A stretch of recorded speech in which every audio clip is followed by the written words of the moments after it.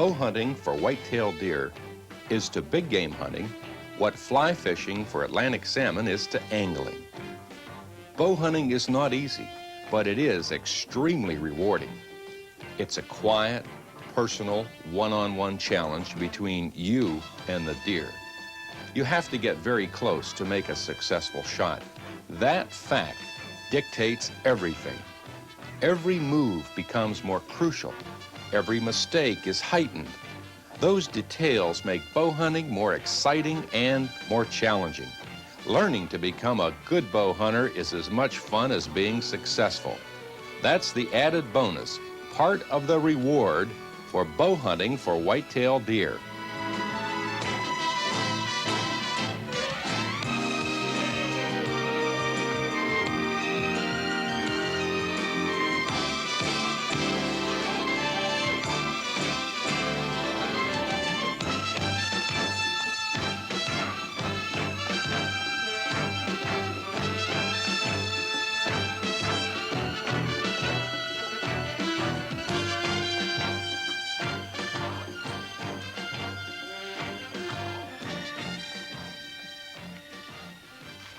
The sportsmen who appreciate the quality of the hunt and not the quantity of the game taken will understand the real meaning of bow hunting. Our objective is to give you a sharper edge in this challenging sport to help you develop the senses and skills that will make you more successful. You know, there's no feeling like the tremendous sense of achievement from bringing in a deer taken with bow and arrow. To help you experience that feeling, this videotape will look at 10 ways to more successful bow hunting. They are acquiring the proper bow hunter attitude, choosing and maintaining the right equipment, being in good physical condition, practicing within the vital range, knowing the whitetail close up, scouting, selecting a hunting site, still hunting, which is also called stalking, and tracking, and then finally, hunter responsibility.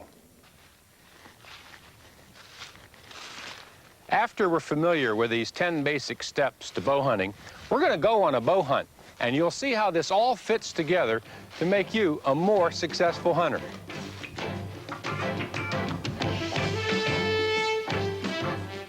Your guide is Jim Doherty from Tulsa, Oklahoma. Jim is one of North America's most successful authorities on archery and bow hunting. He has bagged more than 200 North American big game animals and 16 species of African big game. Many are in the record books. Jim has been active in many hunting and archery organizations for more than 25 years, including 4 terms as president of the prestigious Pope and Young Club from 1976 to 1984. Jim also works as a consultant, a writer, and a lecturer on archery and bow hunting. Throughout this tape, we'll explore each of those 10 steps to success and build on the information from our companion video productions, Way of the Whitetail and Successful Whitetail Deer Hunting. Your understanding of bow hunting will take a quantum leap forward after you study and fully understand our other tapes. Let's begin with proper bow hunting attitude. The principle is simple. In bow hunting, you have to get close. The smallest of details becomes very important. You've got to concentrate on being a good bow hunter. You can't be casual about this sport. Casual archers who think it's macho to hunt with relatively primitive weapons soon discover that learning the woods and wildlife takes a lot of extra effort. And some of that extra effort includes continuous practicing with your bow, taking time to study deer, really appreciating the outdoors, and spending long hours out here. Hunting is enjoying all of this, the wildlife, the birds, the plants, the sights, the sounds and smells of the outdoors. We call it the friendly mystery of the woods and fields. And you should be able to enjoy all of these things because your success as a bow hunter depends on your understanding of all of these things. As you build your skills and your senses develop, you'll begin to understand how all of these ingredients interrelate and how you can put them all together to your advantage. It takes a lot of time to get yourself in the right situation for a close shot. A lot of trial and error, of learning, of losing. All of this can be fun and educational. Sure, you're going to spook deer, you're going to miss some easy shots, but with the right attitude, you'll be able to learn from all these experiences and you'll make fewer mistakes the next time out. Remember, you decided to be a bow hunter because you wanted a greater challenge. The education of scouting, the patience on the stand, the test of your shooting up close where it really counts, all of these things go into making a successful bow hunter. And we want to help you do it right. Here's our expert, Jim Doherty. A little high. Practice. Practice with the right equipment. I want to briefly review bow performance, bow tuning, and bow accessories, and the best arrow shaft and broadhead combinations. Bows have been with us for centuries. I'm not covering every make and model around. I just want to mention there are three basic types of bows in use today. The longbow is the oldest style of bow still around today. It has a lot of traditional charm like a split bamboo fly rod, but it's been pretty well replaced by the recurve bow. The recurve bow, like the longbow, is still in use and is very enjoyable to shoot. The compound bows largely replaced the longbow and the recurve bow. These cams provide an advantage in drawing hunting weight bows. Compounds store more energy and shoot a bit faster.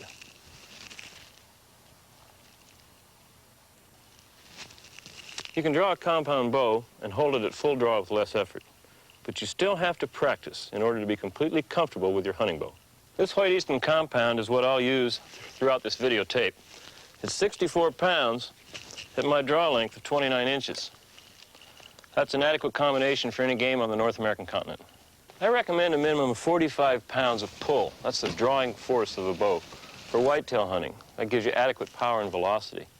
The bow must be able to carry a razor-sharp hunting arrow, swift and true. If you can comfortably draw and hold 55 or 65 pounds, then go ahead and use it. The arrow speed will be greater and the trajectory of the arrow will be flatter. Additionally, you'll get a little bit more arrow weight. That gives you more penetration. You have selected your bow based on your draw strength of 55, 65 pounds. Now let's tune it for hunting. First, you don't want any glare to come off the bow. So start with a camouflage cover or a camouflage paint job. Next, silence that bowstring with a string silencer. This is an acrylic yarn device. It takes the twang out of the bowstring noise. Let me show you. The comparison between one without it is a high-pitched noise. That is the bow hunter's biggest problem. It's just going to make a deer jump. On a compound, use a cable slide. This will take the vibration out of the cables and eliminates a lot of the noise throughout the bow. Let's do that again. This is really important. Listen.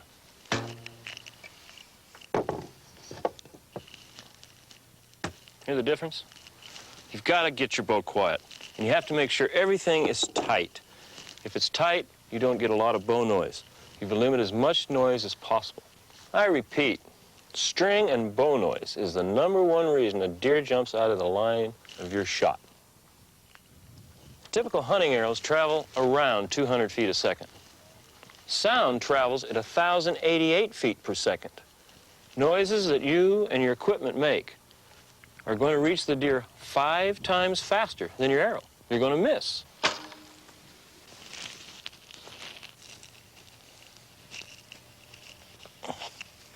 Be sure that the arrow rest is quiet, too. On a still morning, an arrow drawn across the rest can produce a very soft squeak. You may not hear it, but the deer will. They can really hear it. Anything unusual the deer hears will spook it. I cover my rest with moleskin, and I cover these other areas around the arrow rest with moleskin, too, just in case I misknock an arrow, click it against the bow. You can see the difference. That deadens the noise. You've got to keep everything quiet. Remember, quiet these areas right here down. Eliminate the clicking. Inexperienced hunters misjudge distance on wild game because they're really unfamiliar with the actual size of the animal. They misjudge the size of that deer itself. Here's a life-size deer target to illustrate our point. Our young hunter buddy is just about 6 feet tall. Look at the difference in the size. A white-tailed deer, for instance, is really pretty small. only 30 inches to 42 inches at the shoulder. You've got to know what size the animal is in order to better understand how that appears in perspective to judge the distance. Some sight shooting bow hunters use rangefinders to nail down that shooting distance. It's a shortcut to determine the range, to determine that vital range, which is 15 to 25 yards. If you're a sight shooter, a rangefinder can be a big help. The arrow and broadhead have to be in perfect balance with your bow.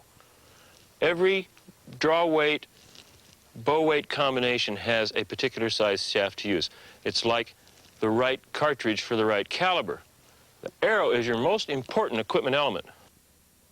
Aluminum has taken over as the most popular arrow shaft material because of its accuracy and strength. Easton aluminum shafts give you dependable quality and accurate reliability.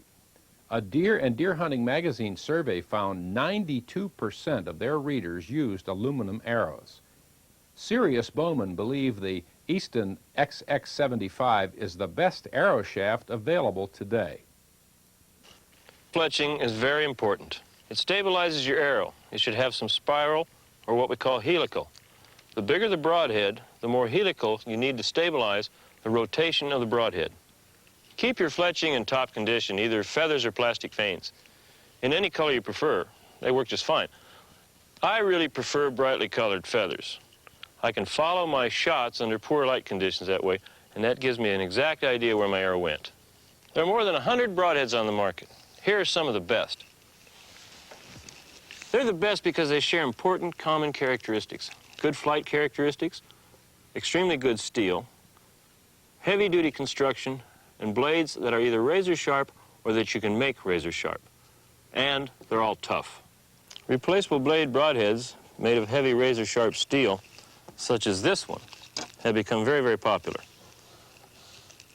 The replaceable blades lets you change the blade so you're always assured of having a razor sharp blade in there when you're hunting. You absolutely must use the same bow, arrow shaft, and broadhead combination when you're practicing and when you're hunting. And I mean the very same combination, not just a practice head that weighs the same as your hunting head. Practice with your broadheads, the same combination you're going to use in the field. You owe it to yourself, you owe it to the game you hunt. Now, let's go out and practice.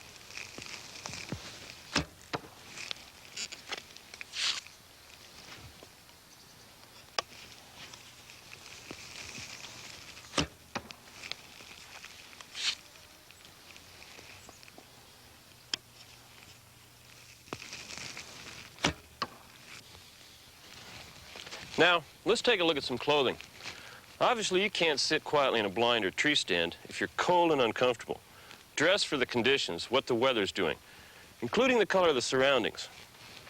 Researchers have proven that deer can see certain shades of red.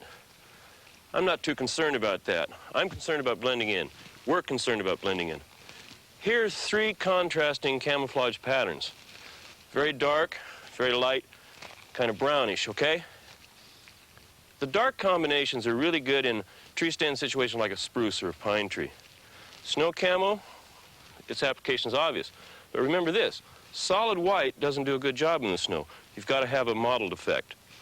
And then, of course, we have the standard brown pattern. This is perfect for the fern country we've been hunting in, brackens and oaks and stuff.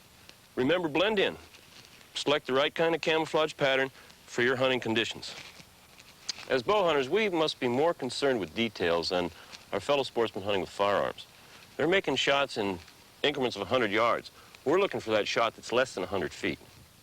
We have to worry about the smallest items that might affect our success. Attention to detail will pay off. Take note of every single little item that may alert the deer. His defenses, remember, are number 1, smelling you, number 2, hearing you, and number 3, seeing you. We've already talked about silencing your equipment, and we'll talk more about sound later on. But let's take a look at the deer's other 2 defenses, smelling and seeing. First, your personal scent becomes very important. Wash with neutral soaps. Don't use any deodorants or aftershave or anything of that nature. Instead, use an antiperspirant that prevents sweating. You may want to use different clothes each day to minimize odor buildup around your stand, especially when it's warm. Wash those clothes in neutral detergent that has no fragrance. Deer smell everything. Good hunters have also learned that rubber-bottom boots leave the least amount of human scent on the ground. After you eliminate those alarming human smells, then go for natural outdoor smells that won't make a smart, mature deer suspicious. For example, if you're hunting in an apple orchard, use an apple-type scent. If hunting along a river bottom, then rub some mud and moss on your boots and your clothing. Make sure that you and everything with you, on you, and about you smells and looks like it belongs in the area. That's very important. A deer's second defense is his sight. We've already talked about camouflage, but be aware of all such things you may be wearing or carrying that stand out and might catch the sunlight and make a glare. See yourself as the deer would see you. You're bow hunting. These details are very important because we have to get very close. Some bow hunters carry so much extra stuff into the woods, they could set up a sporting goods store. I'm not that way, but I do want to cover what I think are some very important accessories. I use my binoculars all the time. These other items are important too. A rope, a saw, a compass in new country particularly, a safety belt. Always carry a little snack with me too. Those are kind of obvious. We won't get into those. But some of these other items are worthy of some special comment. I use this rope to hoist my bow up into my tree stand. Never climb with your equipment. When you climb down, be sure and swing it away so you won't come down on top of it. You should just slip and land on your own arrows. This rope is also important as a safety belt. I can tie myself into my stand and also use that to maneuver when I'm up there, so I have more latitude when I take a shot. Always tie yourself into a tree with some sort of safety device. Bow quivers are a very important piece of equipment too. The better ones have a shielded area around the razor-sharp broadheads to protect you. Almost all bow hunting injuries are self-inflicted, resulting from poor bow quiver construction or from the simple mishandling of arrows.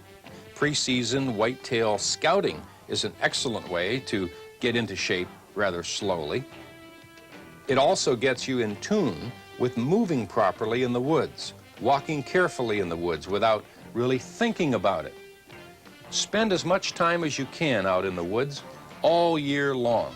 Running and lightweight workouts are also good, but nothing works your bow-pulling muscles like actual shooting. A hunter in good condition can better handle the stress that comes with the excitement and tension of waiting out a big deer, the strain of shivering out in the cold, and those long hikes to lightly hunted areas where the better hunting usually can be found. Keep yourself in the best condition you can so you can stay healthy and enjoy yourself more. Remember, heart attacks kill more hunters than hunting accidents.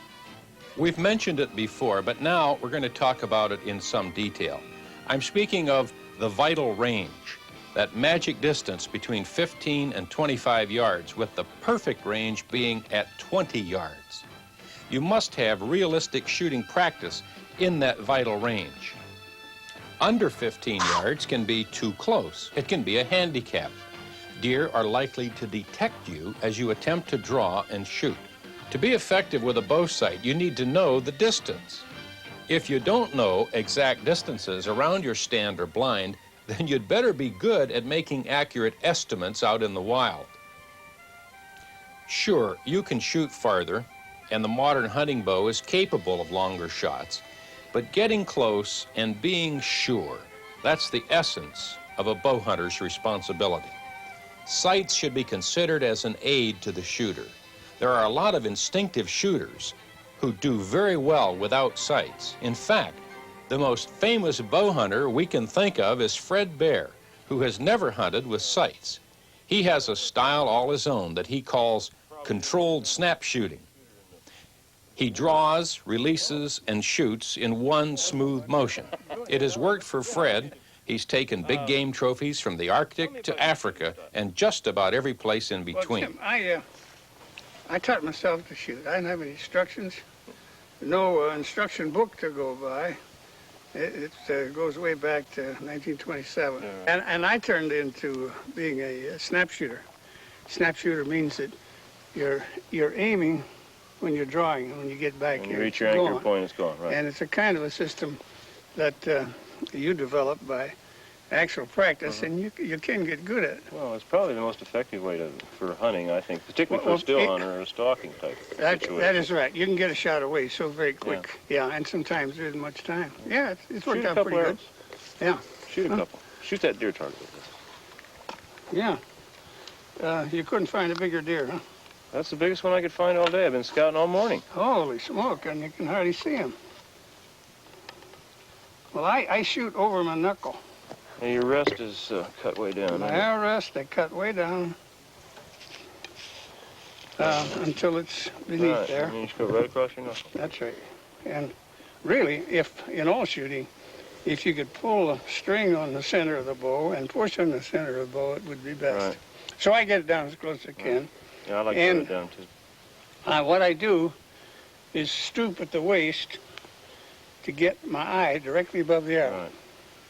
And then I build out the arrow plate until the arrow goes where it's pointed. Mm-hmm. Then I'm all set, and all I have to be concerned with is elevation. Right. Yeah. Well, I'll do my best to hit one of the deer. Close. Where was that? High? A little high. Pull it back and hold there.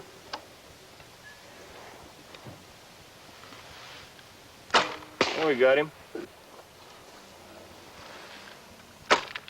Wow. Good shot. I'm a snap shooter, I told you that. Yeah, well, you snapped that one right in the middle. Did I?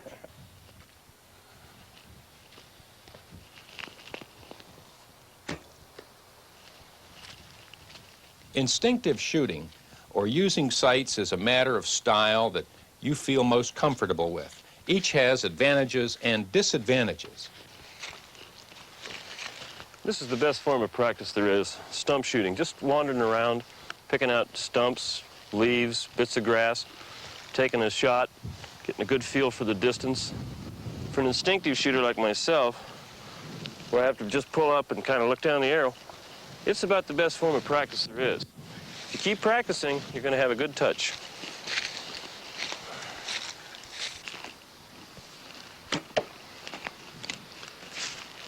To be a good bow hunter, you need to practice a lot of different shooting positions. You never really know what kind of a position you may find yourself in when you have to get a shot.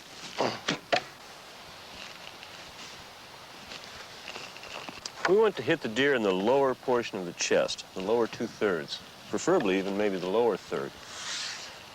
That allows us to take up this heart-lung area. That's where the vital organs are. You don't want to be back here. You want to concentrate up here just behind the shoulder. I like to practice with a target that doesn't have any aiming spots on it. A deer doesn't have any aiming spots. Concentrate on picking a spot on the deer.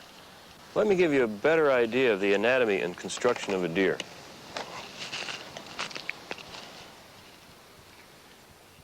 This is a broadside deer. Now remember we were talking about angles and geometry. As you get higher in a tree stand, you start to see more of the deer. As the deer comes into your range and you're in an elevated position, you're going to start to see more of this back. It's going to make the target area look a lot bigger than it is. And your target area is really down here. You want to concentrate on that lower part. Put that arrow in the lower, so the angle of the point is going to exit low. What happens when you do it like that?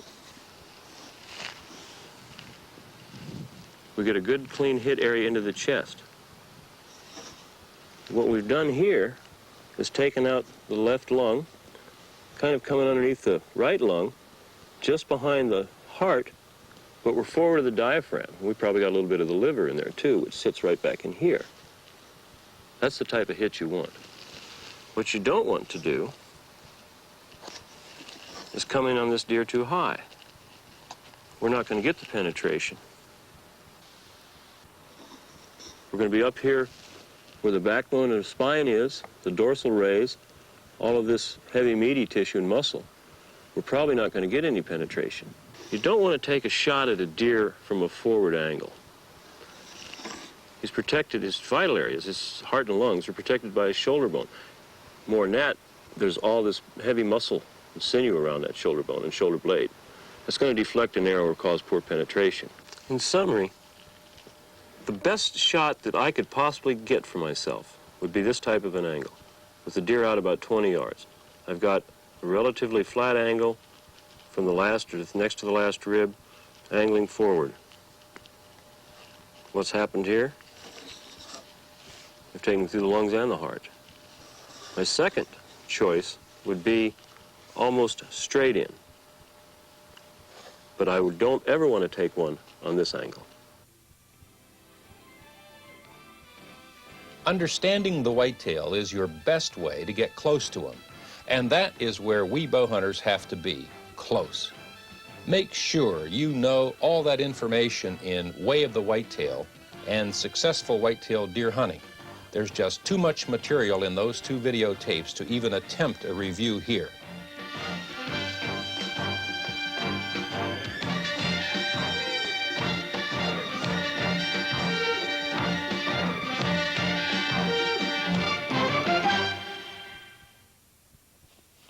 When I'm in the woods, I'm constantly looking, asking myself just what's going on.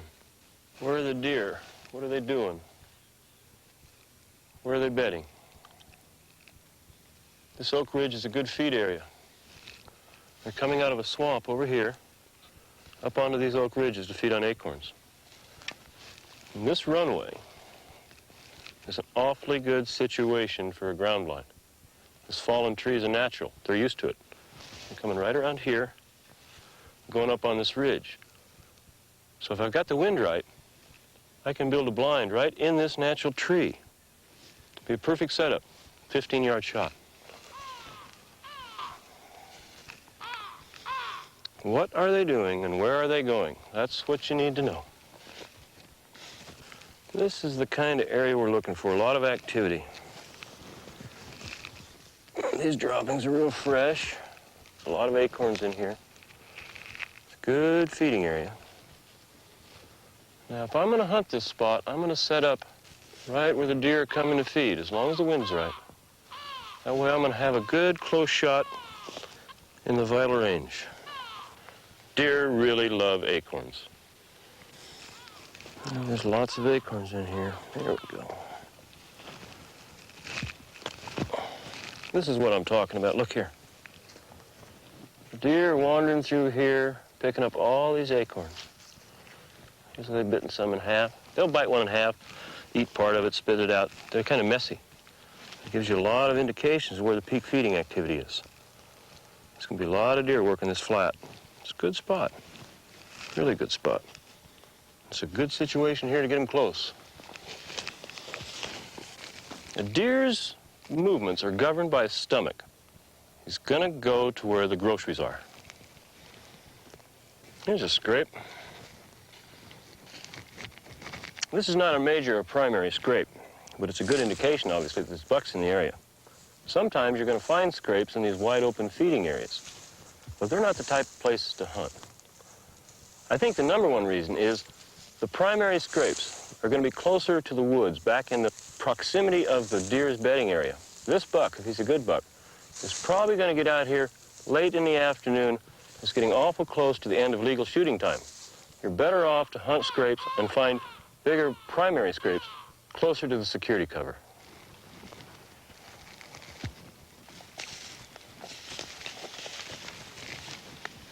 Remember, scout the areas thoroughly. Pay attention to what's going on. I found this spot with a midday scout. I've been hunting a little bit too, but I've been looking around trying to find out just exactly what's going on. Always scout, pay attention to details, be flexible, look for the alternate stands, and you're going to be that much further ahead.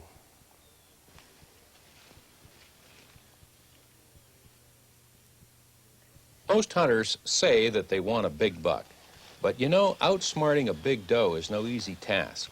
Just because she's not carrying a hat rack of antlers doesn't make her any less of a challenge or any less of a trophy. Beside that, it's good game management to take both bucks and does.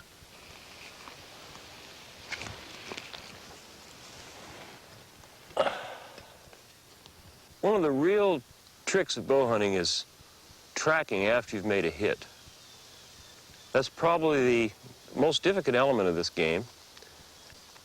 The first thing you have to do is pay very close attention to what the deer does at the moment you hit him. Did the deer jump explosively, or did it kind of hump up, maybe hunch its back, put its head down a little bit? Did it just take off in a wild flight? Was his tail up? Was his tail down? How the deer reacted. Pay very close attention to that when you're in your stand. And listen intently. Follow his flight with your ears and your eyes. If he goes by a little tree, mark that spot in your mind, and the next little bush, next little, until he's clear out of sight. And then listen. Don't do anything else. Just listen. Be very, very quiet. I like to wait at least 30 minutes on a chest shot, a hit that I know was right in the chest. If the shot's any different than that, I'm probably going to wait a lot longer, unless it's a leg hit. Sometimes you're going to get a hit back here in the leg, low in the leg or something, and that's a good one to take up pretty quick. Maybe 15 minutes I'll get out, find the blood trail, and keep moving that deer, because you don't want that deer to lay down or work on that wound. You want him to just keep walking along, and that'll keep the blood flowing.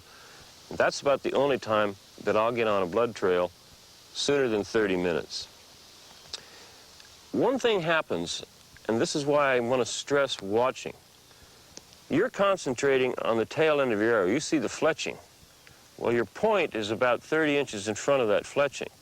Sometimes where you think the hit was isn't exactly where it was. So try and watch for the deer's reactions. That humped up deal is a good indication that you popped him in the middle. A deer hit in the chest will probably take off, like I said, in a good hard run. Those type of hits are going to give you a good blood trail. A lung hit is going to give you a lot of pink, frothy blood that's going to be coming out of the arrow wound itself, and they'll be blowing it out of their nose, and you look for this brighter pink blood.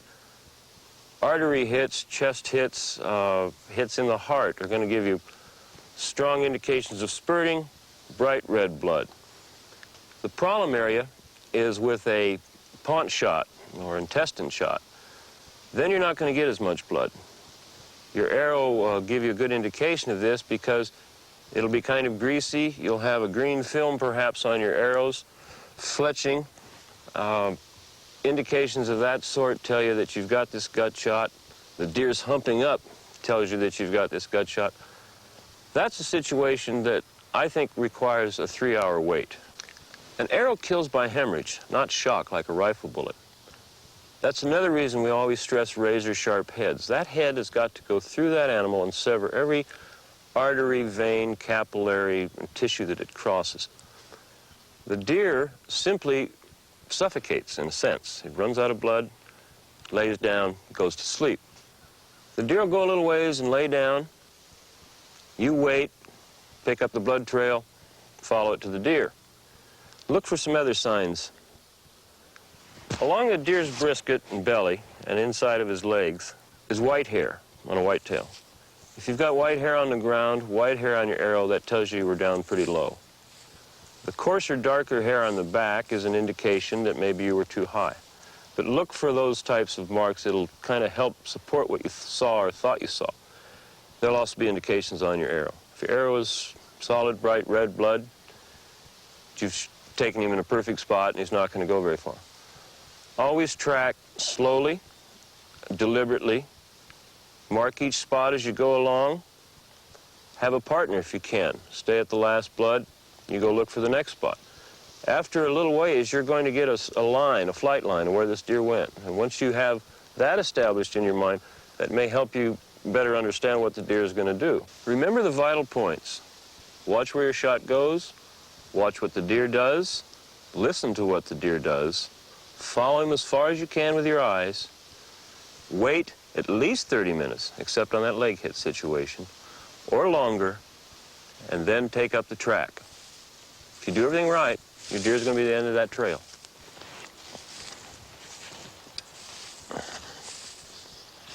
Now, Jim Doherty has invited my son, Jerry, to come along with him so he can explain how a good hunter selects a spot and where and why he places his blind or tree stand where he does. And here's the tree, Jerry. This is the one I was telling you about. It's a perfect setup for this crotch stand. See how it forks? The best thing about it is it's got excellent background cover, good front cover.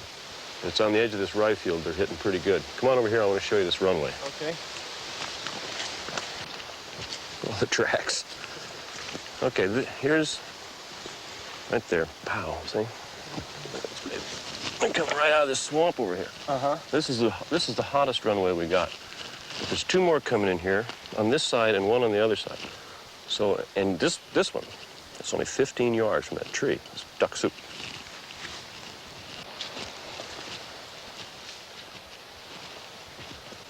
All right, Jerry, let's get this stand up in this tree. We'll have to do a little cutting out and get it set up right away. All right.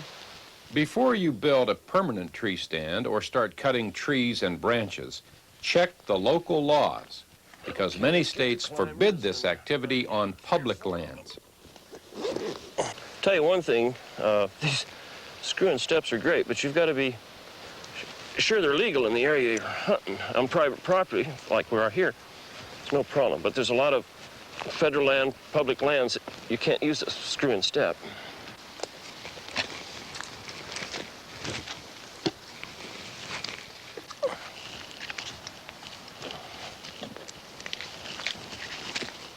There we go. Get my safety rope on here. Pretty windy up there today, huh? Yeah, wind's blowing. That's good, though. Jerry? Yeah. We know it's 15 yards to that runway. Pace off 20 yards right out here to the rye field and put yourself a mark so you'll know exactly where to hold your pin, okay? Okay.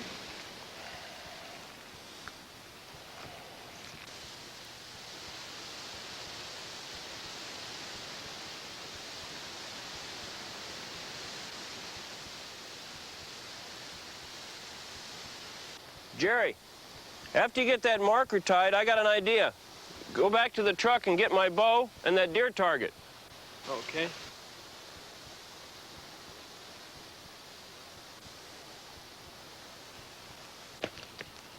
Pass me up that bow and I'll make sure there's plenty of room up here for you. Okay. Yep. Okay, this is going to be a good opportunity to give you a visual on how this is going to look in that empty field.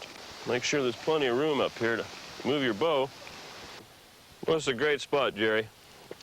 Looks so good, I'm going to have to take a shot myself here.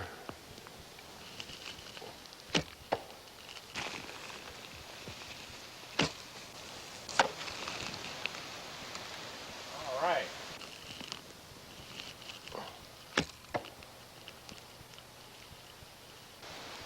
Okay, Jerry, you've got an idea what this looks like at 20 yards. Let me take it over here by this runway. This is the one that's 15.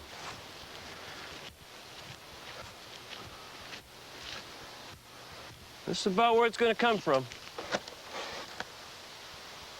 This is a little bit bigger than a real deer, but you're going to get the perspective, I think. Smart bow hunters get away from the congested areas to hunt alone or maybe with one experienced hunting partner. They have to make that extra effort to get away from the crowds. A small percentage of the hunters get a large percentage of the deer, and that's because only a small percentage of us are willing to put in that extra work, to go that extra mile. Yeah, that's good. Jim, what do you think about face masks? I really like face paint better, Jerry. Masks kind of distract me a little bit, but a lot of people like them. Just a matter of what feels the best. Hey, is this enough here? No, you're going to need a lot more. I'll tell you one thing. People have a tendency to think just a couple streaks is going to camouflage their face, but it doesn't. I mean, you got to put that stuff on there, partner. No, really, your face shines. That's what it does. It cuts out all the glare? Or? Yeah. Put a little bit more on, then I'll give you a little shot of green. Little dab will do you, huh? Well, that's what people think. Actually, you need big dabs. Does it matter what colors you use, or it's got to keep with the Well, green just, and the? You know, green and black and brown are standard camouflage colors. But Oh my gosh. Look like a creature from the Black Lagoon. Anyhow, that's what you got to do, is you got to get a lot of it on your face. The important thing to remember here That's really is that you important because do you're gonna be need more down camo low. paint and covering up in a tree when you hunt on or close to the ground. Stand about 8 We want to emphasize deer do look up, but not as much as they will study their immediate surroundings at ground level for danger. I figure if they can see my face in that situation, it's too late. Turn your head that way a little. Here, let me get a little bit more on there. Be more of a broken up effect. Just need more, a little more contrast. Like, keep my finger out of your eye. I appreciate you telling me that. Chances are I wasn't putting half of the amount needed last time I went out. That's, like I said, that's a common mistake. So, the more it washes off. Jim, do you think we parked the car a little bit too close to our blinds? No, we're half a mile, Jerry. That's about right. I don't like to get any closer than about a half a mile. And we've got a good crosswind going in, so the wind's not going to be at our backs. Jim, what do you think of this deer scent? Well, Jerry, scents are very important. I use a lot of neutralizing scents or blending in type of scents. I use deer scent like a buck scent during the rut, when the rut's really going. I don't like to use scents that are alarming scents, like a skunk scent or something like that. I don't think a deer likes the smell of a skunk any better than I do. Sure, it'll cover up your odor, but if you've got it in close proximity to you, it's liable to cause the deer to focus their attention on you, or it may spook them, you know. Deer scents are attractor scents, but you don't put those on you. You use those, like during the rut, if I'm going to try and go to my stand and I know I'm going to be cutting across trails that I think the bucks are running on, then I may put that on my boots and cut a scent line, because they'll follow it sometimes. But I won't put that on my boots and then walk straight to my tree, because I've had situations where a buck picked up that scent, and here he came, and I was up in the tree, and he, boom, you know, and you're dead. You're just standing there, and the buck's there, and you're here, and it's a standoff. But you come in second on a deal like that. Right. But scents can work for you. They really can.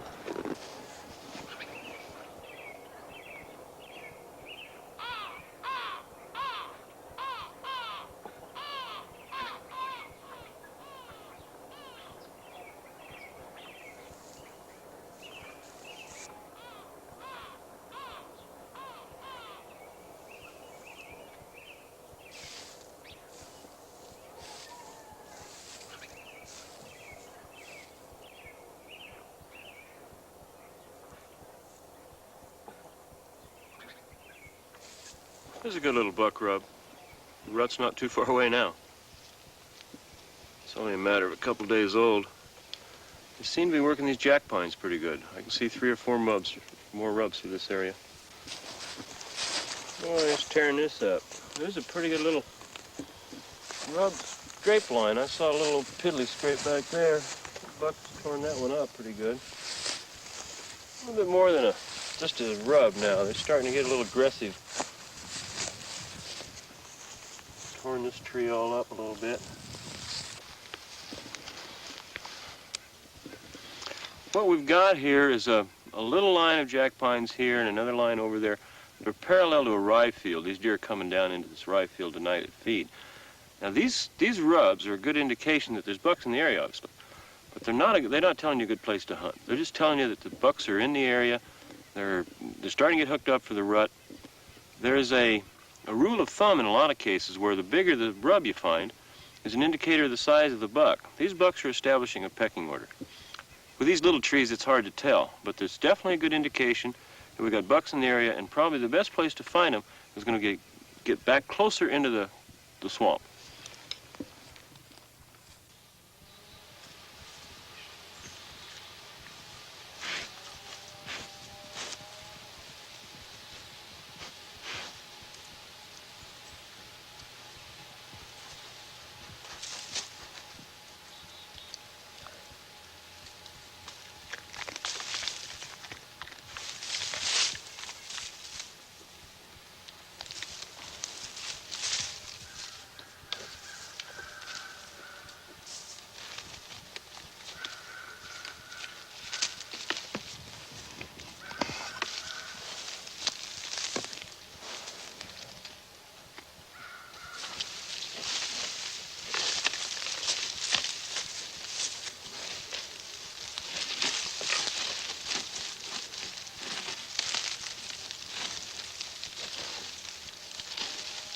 big bucks like this 10-pointer do tend to favor larger, taller trees to rub.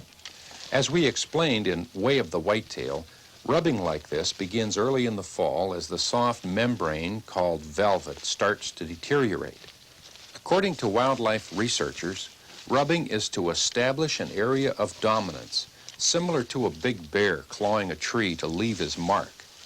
Beside the visual evidence that this territory belongs to this big 10-pointer here, he's also leaving his scent. That scent is coming from glands around his eyes, nostrils, ears, and forehead. Notice how he checks from time to time to make sure the scent is good and strong. Note, too, that the buck shreds the tips of these little limbs and then rubs them in and around his nose. He even chews on them to ensure that his scent is left behind.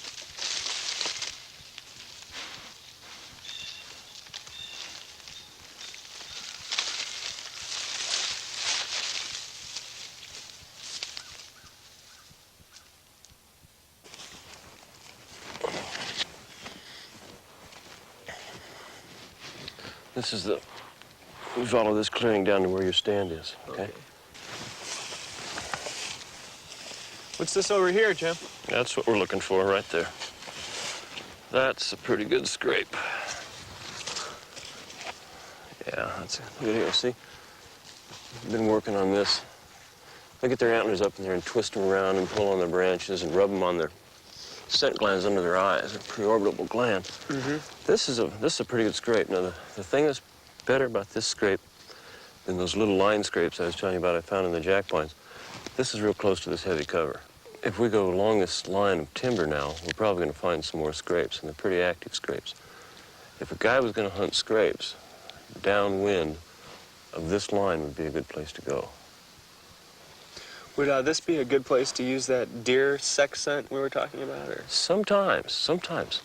A lot of people will take that scent, that doe and heat scent, and freshen a scrape with it, put some of that in it. What happens, the buck's making the scrape to attract the does, in a sense. A receptive doe will come to this scrape, urinate in it, okay? Go off someplace, maybe not very far away. They'll hang around the scrapes. The bucks will run these scrapes and check them, and they find out they've got a hot doe, they're going to go looking for the doe. But what they'll do, most often, is not just run in here and say, well, there's Sally here, you know. They'll scent check it from back here in the woods a little bit. So you'd want to hunt back on these major runways or parallel to them where those bucks are running, scent checking these scrapes. You know, if there's a line of scrapes here, that buck may be running at the edge of this swamp back in here with the wind coming across, and he'll scent check them. He doesn't just go to each scrape and look and see what's going on, then go to the next one. Before parting company for their individual hunting spots, young Jerry had a couple more important questions for the veteran bowman. Jim, what exactly is rattling? It simulates two bucks fighting. And what happens is another buck in the area, particularly a dominant buck, will come charging in there oftentimes to see what's going on. And it can be really effective. For years and years, everybody thought, well, it only worked in the Southwest. But I've rattled up bucks all over the country. It's not a guaranteed deal. It's not foolproof, but I don't think it hurts anything to try it, particularly during the rut. The best situation is for two bow hunters on the ground, and the guy that's going to shoot is going to be out in front someplace where you think the buck's going to come from. So the other guy's doing it because their attention is going to be riveted right on that sound location. But normally, that's a hard situation. Up in a tree stand is generally when I'm hunting alone. I'll generally rattle. And what you do is, in a sequence, quickly, just start out with a few little clacks, like two bucks come together and they kind of square off and they spar a little bit. And if they're serious, they'll start that kind of a deal. Really break them together, you know, rub them together and break them apart for a pause. When do you stop rattling? Oh, it's kind of a sequence of maybe 10 or 15 seconds, you know. And I'll kind of look around real careful to make sure nothing's going to come. More times than not, when a buck comes in, he comes in real fast. I mean, and he's looking for something going on. He's got that location pinpointed. He'll bounce in there and he'll look around. If he doesn't see anything, he's probably going to go back out. So you've got a lot to do. I mean, you've got to drop these antlers and grab your bow and everything. Right. That's hard when you're by yourself. So a two-man situation on the ground is good. That way the guy can work a lot harder. He can bang on the ground or something harder ground, like their feet are thrashing it, thrash and brush and stuff like that. Two bucks fighting, really, that tear up a lot of real estate. And they're pushing each other around, and they're breathing hard, and they're banging their feet and everything. It's a good technique. The thing I like about it best is I don't think it'll hurt anything, and maybe it's going to pay off with a big buck. I know you brought a deer call, Jim. I'm real anxious to hear how it works. Jerry, a deer call, like rattling, is not a foolproof situation. You're not going to call up a deer every time. You're not going to rattle up a deer every time. Right. But I carry a deer call that kind of imitates the grunt of a buck. Now, when the bucks are out running does, and we got a buck chasing doe, he's chasing after her, and he kind of grunts as he goes along. And another buck hearing that, it gets his attention. He says, wait a minute, there's somebody over here. I want to go meet her myself, type of deal.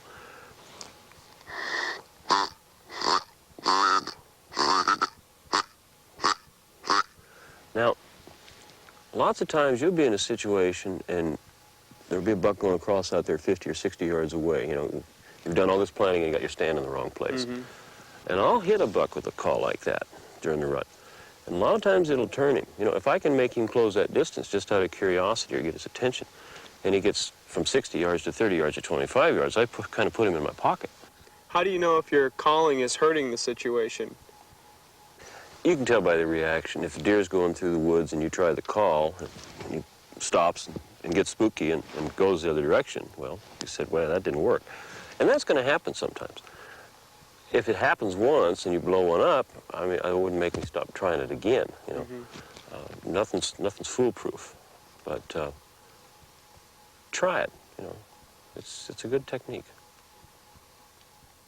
When everything goes well, it's just a matter of time before a deer comes near the tree stand. This is the result of all the steps of successful bow hunting working for you. Attitude, equipment, knowledge of deer, practice, training, and so forth. The wind is right. The deer is unaware of human presence. The distance is close enough for a sure, clean shot. And the hunter makes his decision to shoot.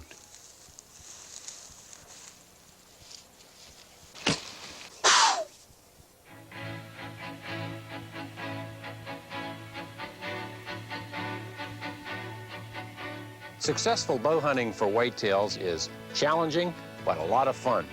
It is thrilling when you're so close, eyeball to eyeball, with a whitetail deer. It is the ultimate test of a hunter's skill, intelligence, instincts, planning, and determination. We've covered the 10 steps for a solid foundation for your success.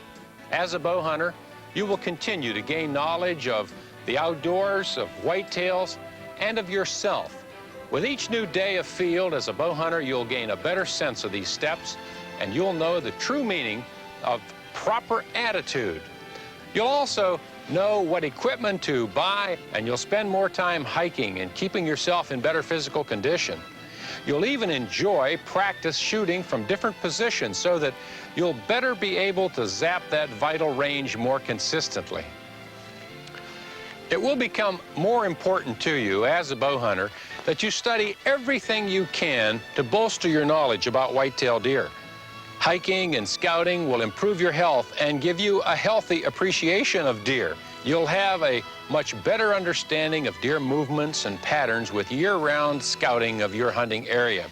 This will improve your skills to select a better hunting site. You'll be able to build a better blind or erect a tree stand. They're all critical to your success. And as your skills develop even further, you'll be qualified to attempt the most demanding form of bow hunting, that's the still hunt. Added hunting experiences will teach you that after that clean, sure shot, you'll know how to stay calm, check for sign, and track the deer. You'll fully understand the bow hunter's responsibilities at this point in your hunting career. Respect for wildlife, for other people's property, and for hunters will become second nature to you as a bow hunter. Obeying the laws governing hunting and the laws of fair chase are all part of the bow hunter's makeup.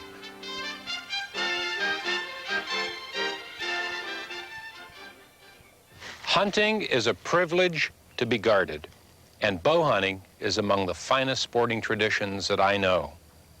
I know also that you'll enjoy bow hunting for whitetail deer.